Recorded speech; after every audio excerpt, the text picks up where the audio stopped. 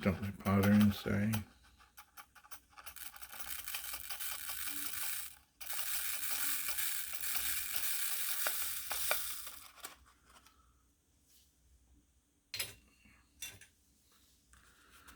This all down. Take a look again.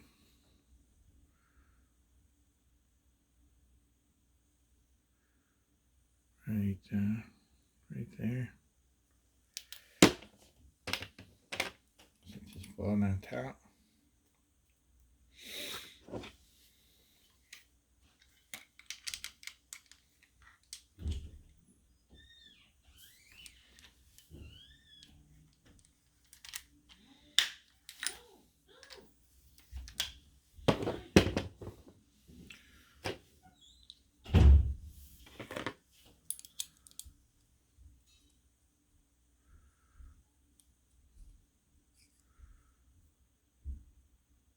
Yeah, either my die mold or these bullets aren't all that consistent, but I'll go through and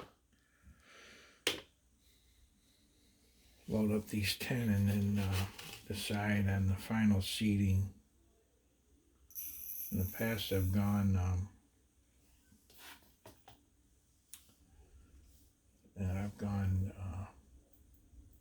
like 20 thousandths shy of the rifling and for this gun, but if I want to take advantage of that cantilure and crimping in that cantilure will make these rounds a little more durable. The chance of that bullet shifting will be reduced. So we got another charged blade.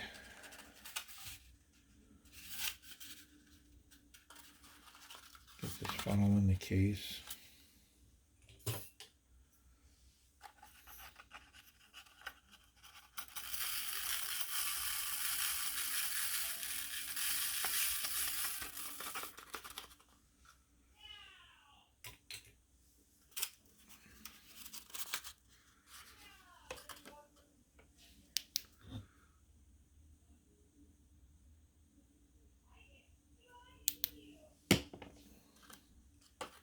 Same again.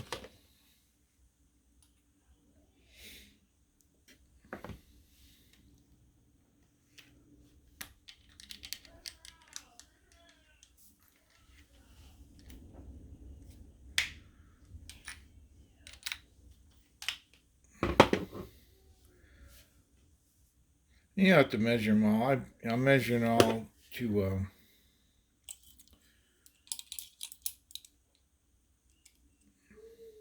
see how things are changing on me. The maximum overall length on this this load is listed as 3.3. As it sits right now, that's over. It's 3.350.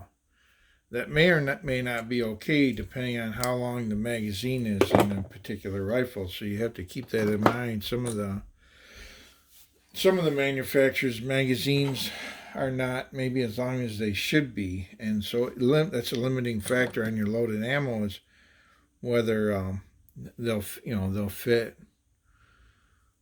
And otherwise you'd have to single load, which is what's the point of having a magazine fed rifle if you have to single load. But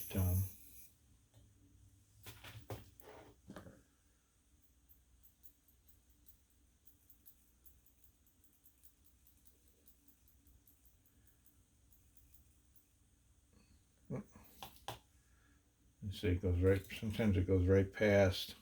Take a few out, and we're probably within a couple of these kernels here. Call that 0. Take another one.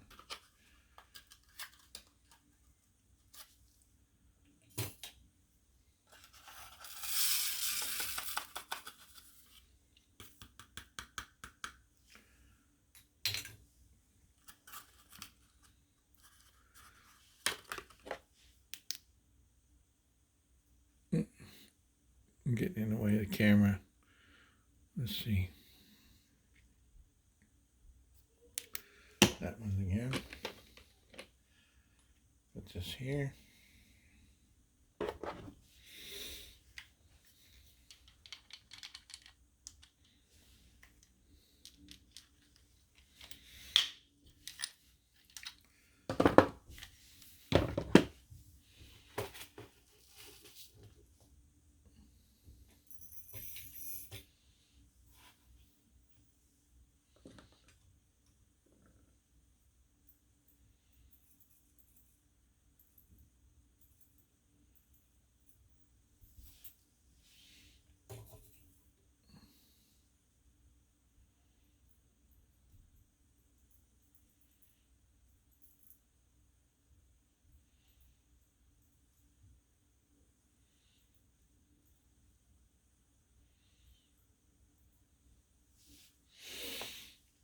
Okay. Next.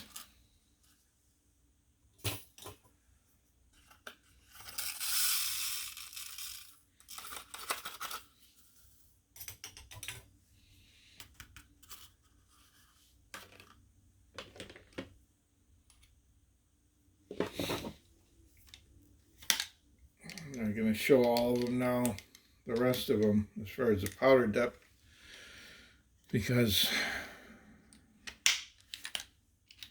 do them as I go. I'm not going to miss one of them.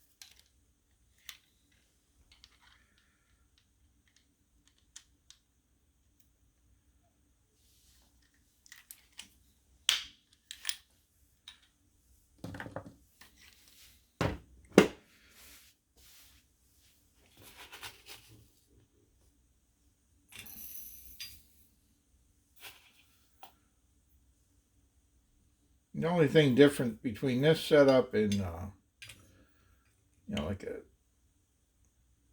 a bench mounted press, a turret press, or a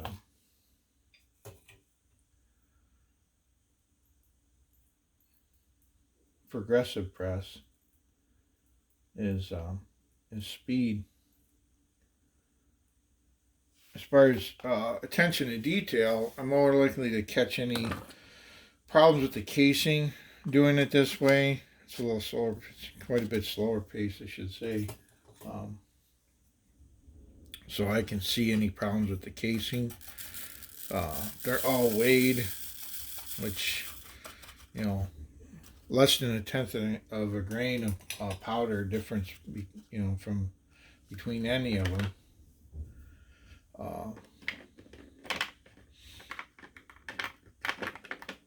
You're not going to get that with a progressive. You don't necessarily need that much precision, but you're not going to get that with a progressive press.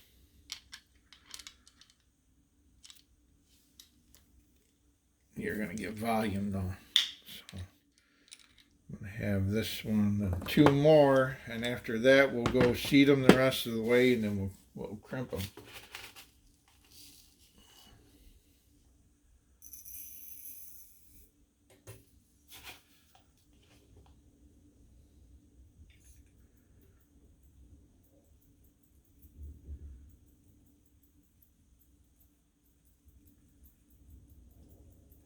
There's I'm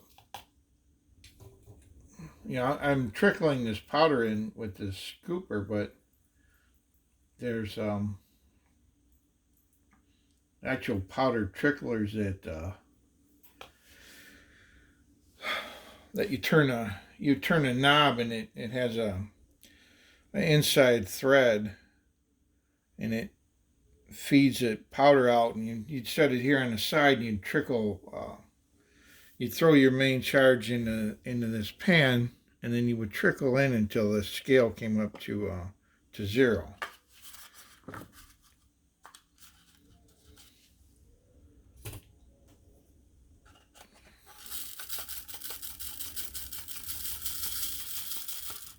Different powders. I guess I should show this powder. Different powders flow better than others. Some have a spherical shape, what they would call a ball powder. The military really liked ball powders. This is an extruded type of powder. It has a cylindrical shape. If we zoom right in on it, you could see that the grains are little cylinders. I'll put some in the pan here and put a light on it, show you it's they're little cylinders. They're almost like real fine pencil lead.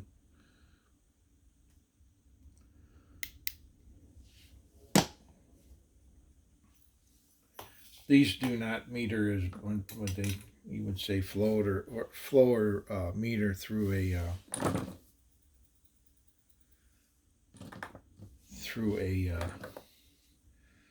powder measuring device. There's a lot of different kinds, and you can acquire those suit your needs, but anymore, that's pretty much all I do. As far as types of powders, there's flake powders. A lot of your pistol and shotgun powders, the faster burning powders, are flake, and they look like a tiny little disc, round. Sometimes they're square disc. Most of the American made flake powders are round, and they'll have some of them have identifying specks in them. They'll call it red dot. They have little red dots in there, or green dot, blue dot. I probably have each one. I can make a video on that at some point as well.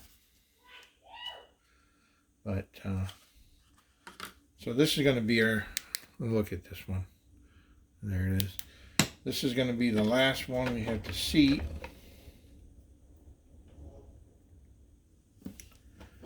For the initial seating.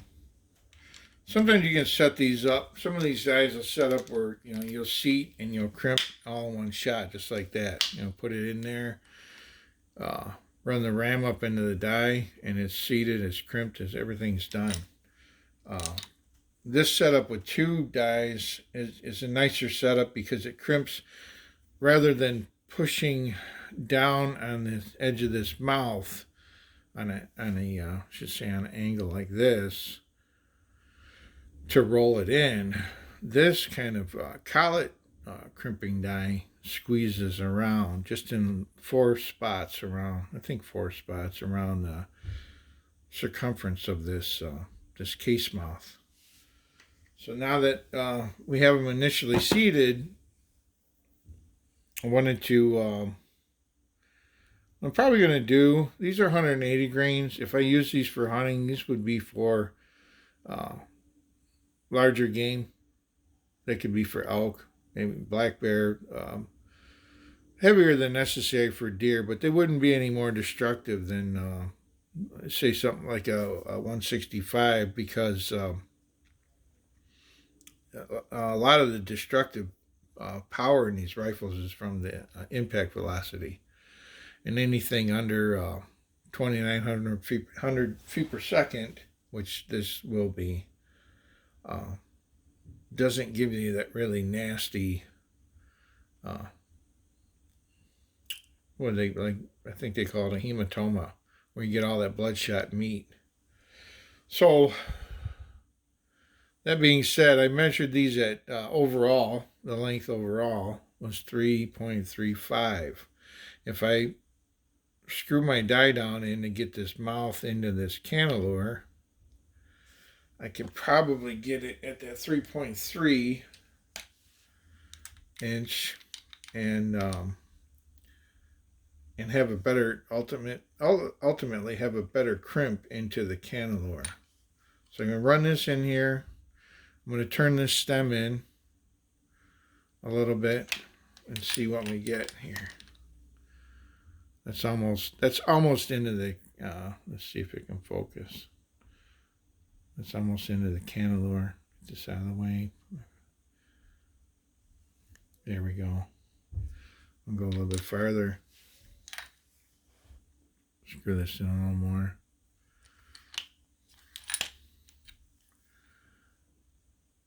See what that is. Almost in there. If I measure the with this tool and go to the cartridge base, we call it what I call CBTO, cartridge base to ogive. So bullet ogive is where the that curve starts. The taper goes from the shank diameter to a taper to the point. So that's ogive. I'm not sure how the correct pronunciation, but anyway, there's right just around 3.6, right at 3.6 inches with this reference tool. Overall, I got 3.333, somewhere around 333. But let's see, it's just starting to get into there. I think I'm going to go with that, and then I'll crimp it. So I'm going to run all these through.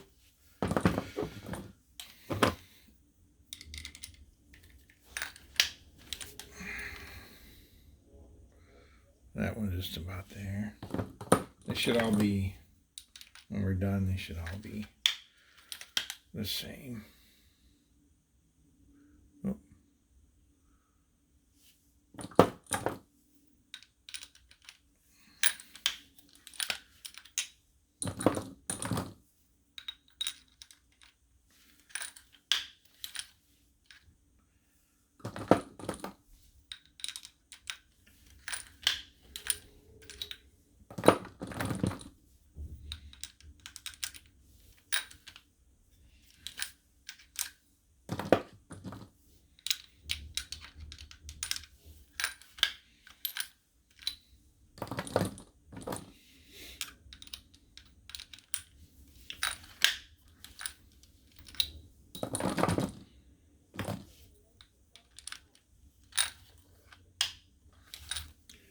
Okay, they're all seated. They should all be the same. I'll pick a random one out of here and measure it, and then I'll grab another one to measure. But that was right there, remember? That's that one. Pick this one here. Same thing. Same thing. And the overall, for the magazine considerations, is pretty much right at that. Not sure how to get this to focus for us, but if it's going to, there we go. So that's pretty consistent. All right, so now that they're all charged, they're all seated,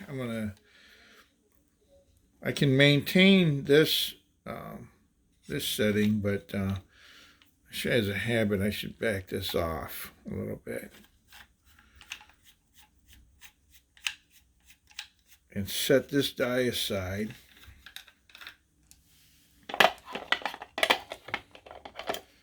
And go to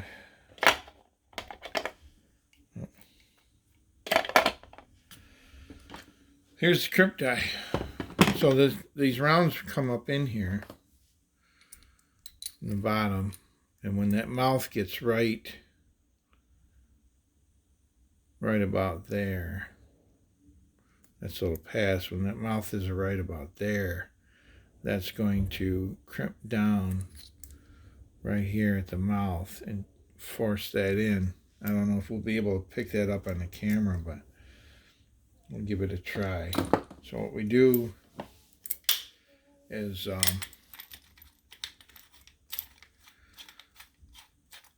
and this press is a little limited for power, you know, it's just, and I'm only going to get as much as I can squeeze or put my weight on. So I screw this in till it touches. So it touches the shell holder here. I can feel that. Now if I keep screwing it in, what it's going to do is going to push that collet up into the die. So I think what they recommend here, get their instructions out. Factory crimp tie. So I touch the shell holder plus a half a turn more. So a half a turn, I don't have it marked, but half a turn is going to be, there's a quarter, there's a half. That's a half a turn. And we'll see what it feels like when we get a case in there. It's going to act different. And screw this. If I hold this tight and screw this lock nut down, now this die shouldn't move on me easily. And I'll put one of my cases in, one of my loaded cases. And it's not much of a crimp. You know, I can't really feel that. I couldn't really feel that offer a lot of resistance. So what I'm going to do is I'm going to set it.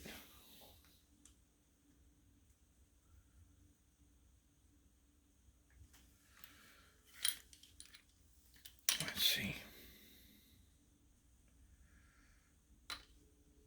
I'm going to turn it in another half.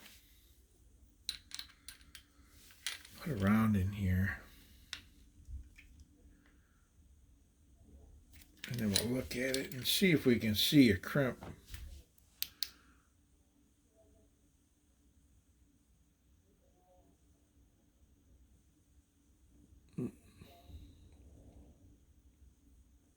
Looking right on the edge of that.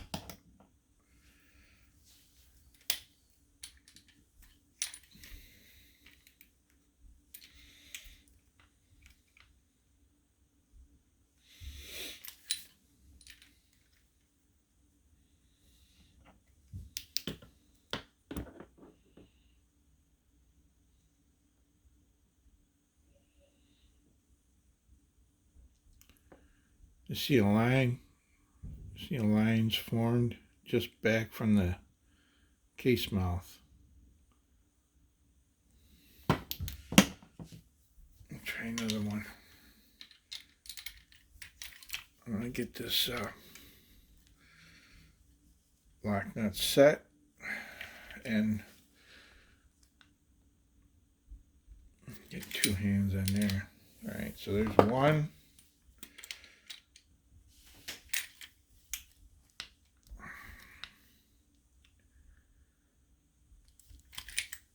Two. Let's see if we can see evidence of that.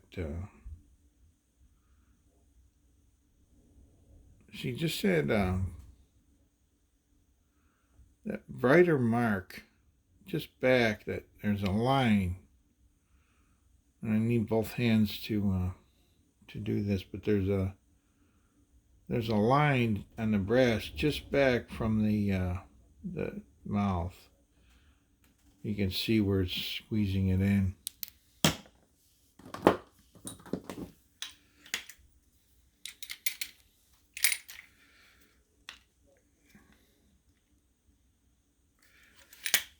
It's really important. In the military, what the military does, here's one. Here's good. I think we can really see evidence of it.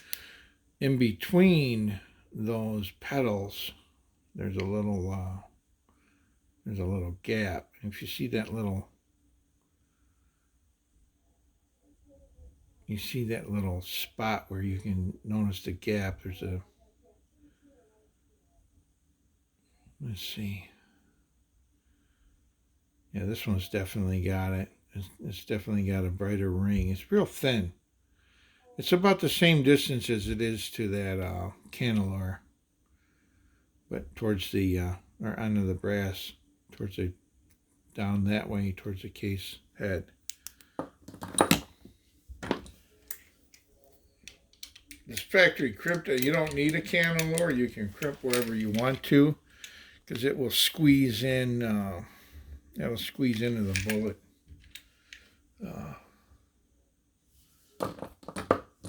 No matter where.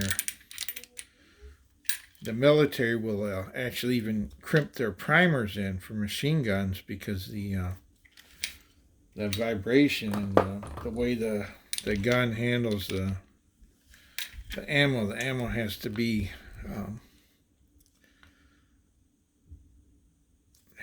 tougher. So we get these all.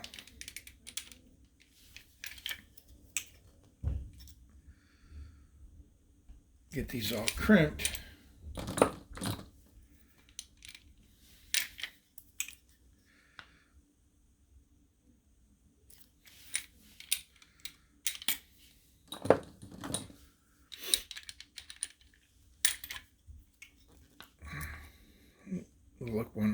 We'll measure one and look at the crimp.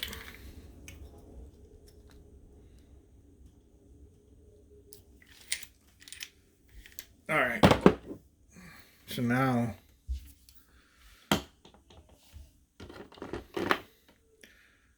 nothing really should have changed as far as the seating depth and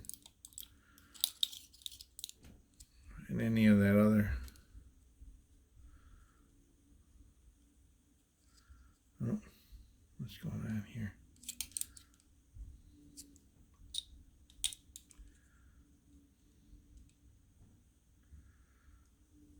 There's the overall in this one. Has it changed?